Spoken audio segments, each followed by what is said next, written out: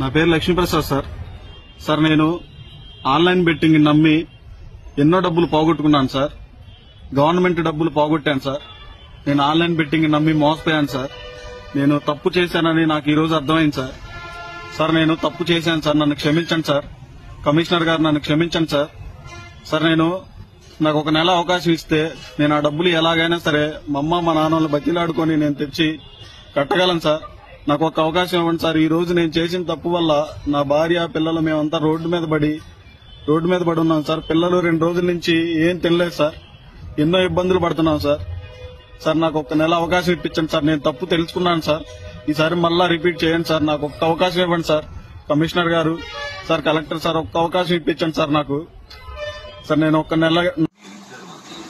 బాబు, కష్టం వచ్చినప్పుడు ఎలా జీవించాలి అన్నది చూసుకోవాలి.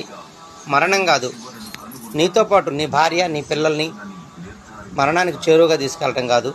జీవితంలో నేను సెల్ ఫోన్ ముట్టుకోను, ఇంటర్నెట్ జోలికి పోను, నాకు ఇవన్నీ అవసరం లేదు, బ్రతికున్నంత వరకు ఏ రోజున కూడా సెల్ ఫోన్ కానీ నేను కానీ నా భార్య కానీ మేము ముట్టుకోము అని చెప్పేసి కరెక్ట్గా మీ తల్లిదండ్రుల పాదాల మీద నమస్కారం చేసుకొని వాళ్ళ ప్రమాణం చేసి తీసుకొచ్చేసి డబ్బులు కట్టండి.